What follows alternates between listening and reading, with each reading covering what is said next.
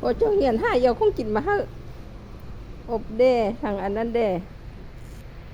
โอ้เจียวน้ำส้มเนาะบ่มีข้าวเนี่ยมันน่ะเนี่ยนั่น สลี หมกเนี่ยเจ้า มุกมือจะสิมือ โอ้ใส่ยานางมันน่ะ นี่ อ๋อเธอหน้าเฮ็ดแบบอันเนาะจุหรือว่าอันเฮ็ดแบบอันซุปนอนเราเอามักอันหนาวบีบใส่น่ะอันอันยังก็ยานางใส่แล้วก็คือกับอันนั่นแหละตำมักเผ็ดมันนั้นตำเราเอาบีบยานางใส่นี่บีบอันมักหนาวใส่นี่ปลาแดกใส่มันยังสินะคล้ายคือตำนอเขาแหละเอาไปแต่มันอ่อน แต่ว่าเขาต้มใส่ยานาง เข้าห้องซุปนอนี่แบบคนไทยก็จะเฮ็ดนี่น้ำอย่างเนี้ย มากกว่านั้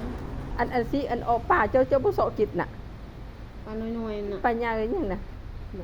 นี่บ่เสาะ มันอันนั้นทันเสาะเราตัวใหญ่เราเสาะเราปิ้งมันมักปิด อันเจ้าเสาะแม่คือเจ้าอันนั้นคือกันเจ้าอันปิงนี่คือกันอันเสาะมันโอ้ก่อนอีออกเจ้าก็เสาะคันเจ้าปิงมันติดน่ะเพราะว่ามันเป็นอันนั้นอยู่ไหนกันโอ้ เป็นไง ก็มีเกล็ดอยู่ไหนกันโอ้ กินเหมือนกันนั้นสละเสาะแม่เธอหน้าน่ะพอป่าผู้ใดเรียนบ่เสาะเกล็ดมันเข้าเลยนะอันพวกมาให้ส่งเหนียวอบเป็ดแดอันนั้นแดเอาอันซีนแห้งแด มันก็เอามานสวยตัวนี้นะปลาน้อยแท้ๆแล้วตัวหนึ่งมีช่องจะตัวหนึ่งเอาง่าย มากินที่อันตัวน้อยเจ้ากระสอบแม่อันเจ้าเรามักบ่มักเสาะเกล็ดขัวป่า มาสร้างกิโซ่ตัวน้อยเฮง กระเสอบขัวดิดักโอ้มันจึงนั่นโอ้มันก็เกล็ดอยู่ไหนให้มันก็อัน นี่สำนี่กับสังโซ่ ก็หั่นแหละแต่น้อยๆแต่น้อยๆเขาก็โซอมันกินบ่ได้ดูอันนั้นน่ะมันก็ไปเข้าอยู่ลำซอกลำไส้หมดโอ้เดี๋ยวนะซุปเนี่ยเนาะเท่าไหร่นี่ ตัว10,000 มี10,000 10,000อันนี้ก็10,000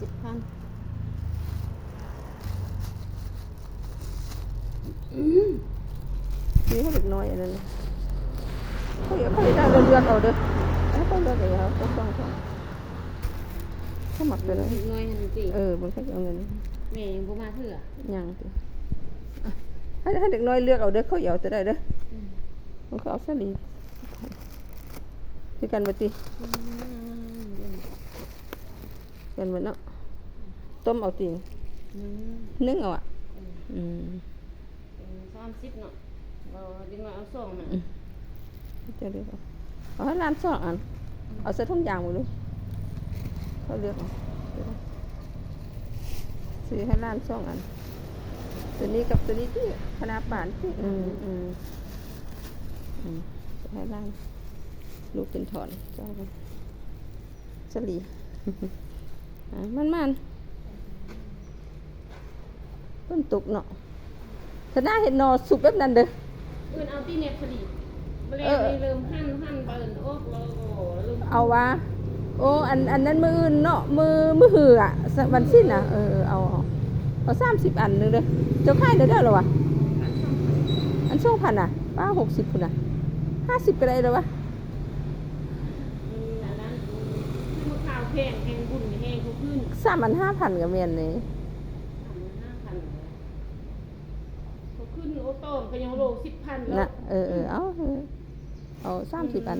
สบายเด้มากินเด้ ผมเอาบุญนี่โลนึง7,000 มื้อเช้านี่ซื้อ2นึงโลนึง10,000หรอก เนาะตะกี้คือวันถือ